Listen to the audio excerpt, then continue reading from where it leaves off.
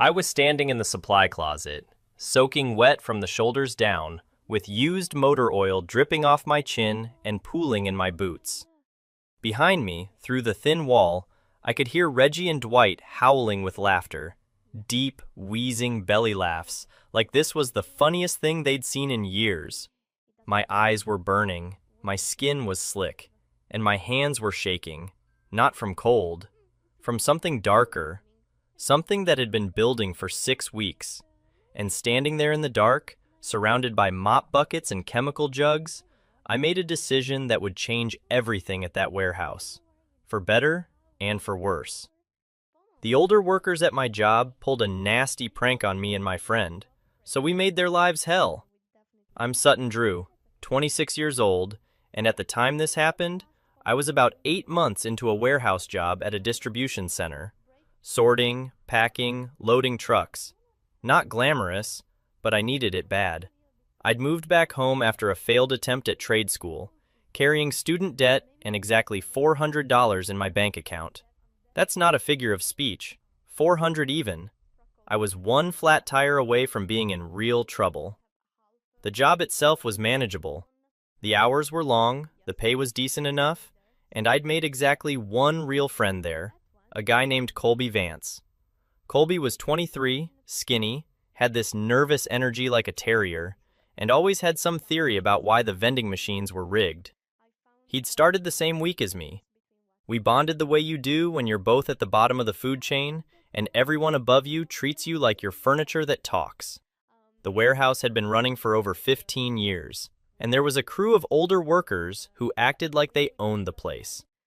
Reggie Toombs and Dwight Statler were the ringleaders.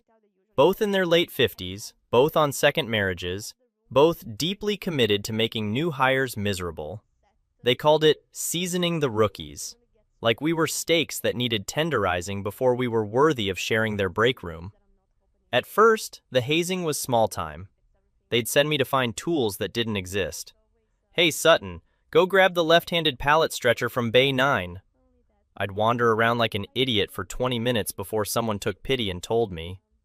They'd swap Colby's lunch with an identical bag filled with dog food cans, and then film his face when he opened it. They thought they were comedians. "Just laugh it off," one of the mid-tenure guys, Perry, told me in the parking lot one evening. "They did it to all of us. It stops eventually." When? When the next new guy starts. Colby and I laughed it off at first. You have to, right? You're new. You don't want to be the guy who can't take a joke. But it escalated. It always escalates with people like Reggie and Dwight, because the laughter is the drug, and they need a bigger dose every time. They graduated from pranks to sabotage. They'd rearrange my pick orders so I'd spend half a shift pulling the wrong inventory, and then get chewed out by Pam for the delays. They loosened the wheels on Colby's pallet jack so it veered hard left into a shelving unit, nearly took out an entire row of product. When Colby reported it to Pam as a maintenance issue, Dwight piped up from the break room doorway. "Maybe the kid just can't drive, Pam. Some people aren't built for warehouse work." Colby's jaw tightened, but he didn't say anything. Neither of us could afford to. I was behind on my trade school loan payments, and Colby was helping his mom cover rent since his dad walked out the year before. We needed these paychecks. Reggie and Dwight knew it too. They could smell financial desperation the way dogs smell fear, and it made them bolder. There was a stretch in late fall when the warehouse got slammed with holiday orders. 12-hour shifts, 6 days a week. Everyone was stretched thin and tempers were short. Our supervisor, a woman named Pam Luckert, was under massive pressure from corporate to hit shipping targets, so she spent most of her time in her office staring at spreadsheets. The floor was essentially unsupervised for hours at a time. That's when Reggie and Dwight got creative. Sometimes you convince yourself that enduring cruelty makes you tough. It doesn't. It just teaches you to flinch without moving. The motor oil incident was the turning point. I was doing an inventory check in the back section, clipboard in hand, counting pallets, when I opened a supply closet door and a full bucket of used motor oil, rigged to the top of the door frame with duct tape and baling wire, dumped straight onto my head. It hit my hair, ran down my face, got in my eyes and my mouth. I was coughing and gagging and trying to wipe my face with my shirt, and all I could hear was Reggie's booming laugh and Dwight slapping something, a wall, a shelf, his own knee, behind me. Colby found me 5 minutes later. I was still in the closet, blinking through burning eyes, my shirt ruined. He took one look at me and his whole face changed. The nervous energy went cold. "That's it," he said. "That's enough, Sutton." "Colby, don't—" "No, they dumped motor oil on you. Used motor oil. You know what's in that stuff? Heavy metals, carcinogens. You could have permanent eye damage." "I know. It's in my eyes right now." "Then we're done playing nice. I mean it. We're done." I went to the employee bathroom and spent 40 minutes trying to clean the oil off my face and neck and arms. My eyes were red and swollen for 2 days. I thought about reporting it to Pam, but when I passed her office, Reggie was in there drinking coffee, chatting with her about some football spread. They'd been working together for 12 years. I understood then, with a clarity that felt like swallowing ice, that the system wasn't going to save me. Here's the part of the story where I should tell you we took the high road, that we reported it to HR and let the process work. We didn't. Colby and I started planning. We were methodical. There was a timeline. The annual corporate audit was coming in 6 weeks, and a regional inspector would be going through every inch of our operation. If we could build a case before then, the audit would either expose the whole rotten culture or force Pam to confront it. Step 1 was documentation. Colby started a detailed log of every incident, dates, times, descriptions, who witnessed what. He bought a cheap clip-on body camera online, the kind that looks like a pen, and wore it clipped to his vest every shift. "If we're going to burn this down," Colby said one night at my kitchen table over takeout burgers, "we need proof that's fireproof. Not just our word against theirs. Video, timestamps, a paper trail they can't deny." "You sound like a detective." "I sound like someone who's tired of smelling like motor oil." Step 2 was the work itself. Reggie and Dwight had been at the warehouse so long, they cut every corner imaginable, skipping safety checks, stacking pallets above the height limit, mislabeling hazmat containers, fudging load weights. Nobody called them on it because they were veterans. So Colby and I started following every safety protocol to the letter, and we began logging their violations in the daily shift reports that went to Pam's inbox. Nothing aggressive, just facts. Clinical. Noted, pallet stack in Bay 4 exceeds height regulation per safety code 7.12. Photo attached. Flagged for supervisor review. We filed 3 to 5 of these every single day. Pam pulled me aside after the first week. "Sutton, what's with all these safety flags? I've got 15 of them sitting in my inbox." "Just being thorough, Pam. You mentioned during orientation that safety documentation was everyone's responsibility. I took that to heart." She stared at me for a long moment, jaw tight. Then she turned and walked back to her office without another word. Step 3 is where things got messy. This is where the story stops being clean. Colby had been in the bathroom one afternoon when he overheard a conversation between Dwight and another long-timer, Hank Pallone, in the break room on the other side of the wall. "Pam's not going to do anything about the new kids," Dwight had said. "She owes us, man. Remember last spring when that inventory came up 40 units short? She marked them all as damaged goods. She covered her own numbers, and we kept our mouths shut. She's not going to rock this boat." Colby told me that night, sitting on my front steps with a soda in his hand, and we both just sat with it. "That's fraud," I said. "If she filed 40 units as damaged when they were missing, that's falsifying company records." "I know. If we bring that up during the audit, it's not just Reggie and Dwight going down, it's Pam too." "I know that too." I thought about Pam. She wasn't evil. She was an overwhelmed middle manager who'd made one bad call under pressure. But she'd also watched Reggie and Dwight torment me and Colby for months and done nothing. She'd chosen her comfort over our safety, over and over. And now I was supposed to protect hers? Looking back, I can see exactly where we crossed the line. We started out wanting to be treated fairly. Somewhere in the planning, in the late-night conversations, in the satisfaction of watching our safety logs pile up, it stopped being about fairness and became about power. And the thing about power is that it feels righteous, right up until you see the collateral damage. The audit arrived on a cold morning in January. The regional inspector was a woman named Delia Strand. Short, precise, reading glasses on a chain, absolutely zero tolerance for nonsense. She spent 3 full days going through everything. Inventory records, safety logs, shipping documentation, maintenance reports. On her second day, she pulled our stack of safety flag reports and spent an hour reading every single one. On the third day, she interviewed employees one at a time. When my turn came, I told her everything.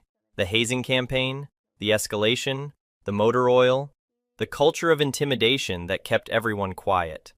I handed her the USB drive with Colby's body camera footage, time-stamped, organized, undeniable.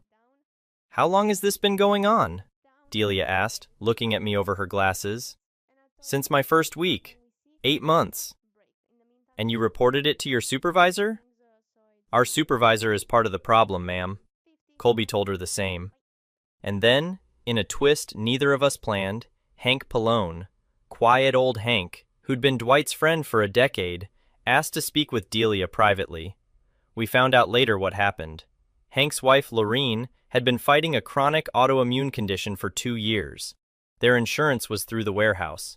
Hank had been carrying the secret about Pam's inventory fraud like a stone in his chest, terrified that if the truth came out, the whole place would get cleaned out and he'd lose his coverage.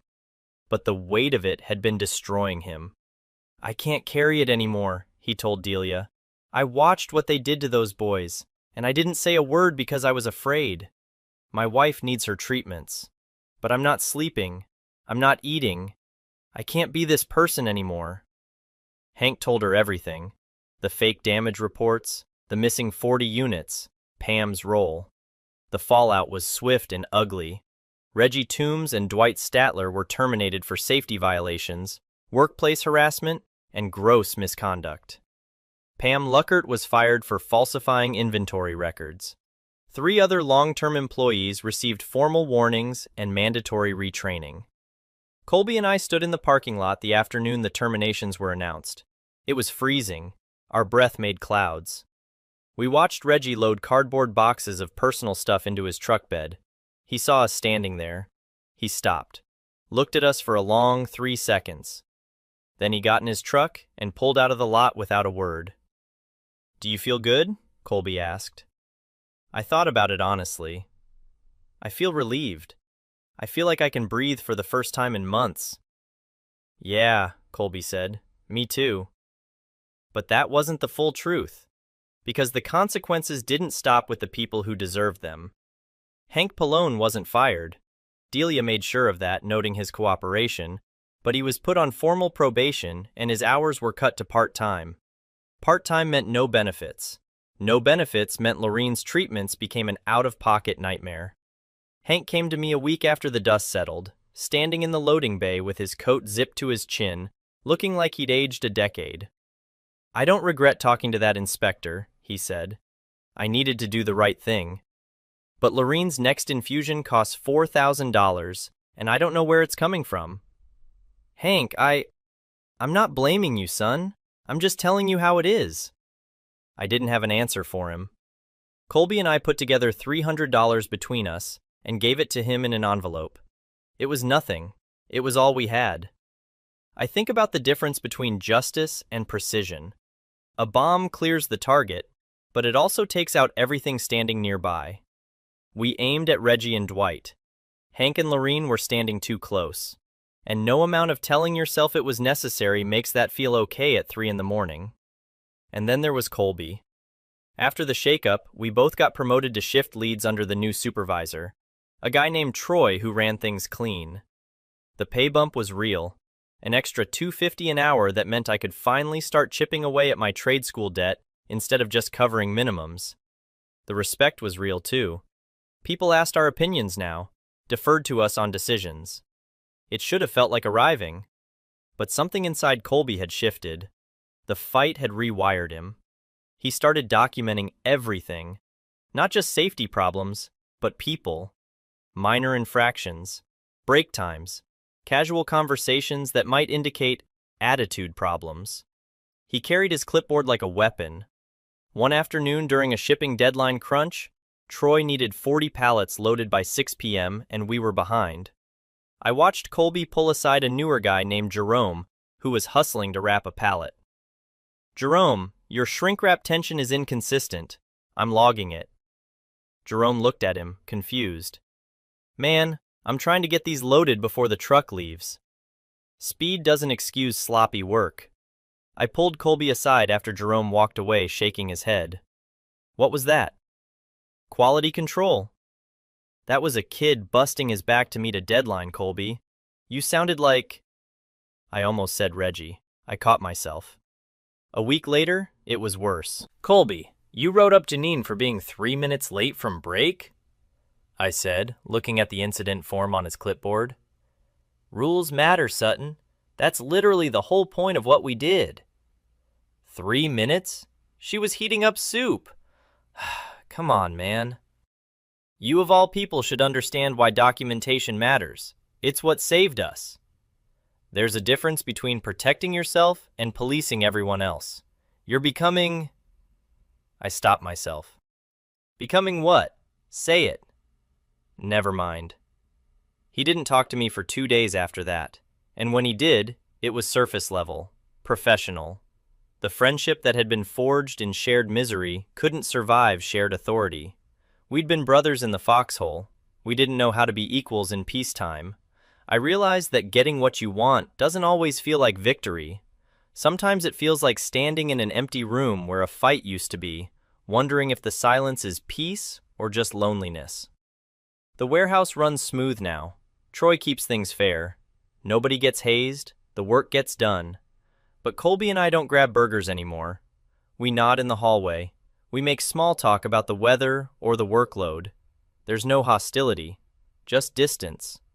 The thing that connected us, that shared anger, that us against them fire, it burned out when there was nothing left to fight, and what remained wasn't enough to build on. Last month I ran into Reggie at a gas station. He was thinner, grayer. He saw me and I stiffened, bracing for something. A threat, an insult, a speech. He just said, "Hey kid," and walked past me to the coffee machine. That was it. I wanted to feel triumphant. I just felt hollow. So here's my question for you. Have you ever fought for something and won, but the winning cost you something you didn't expect to lose? A friendship? A part of yourself? Your peace of mind? Tell me about it in the comments. I genuinely want to know. And if this story connected with something you've been through, hit that like button and subscribe. I tell these stories because the messy ones are the real ones, and somebody out there needs to hear that winning can hurt too.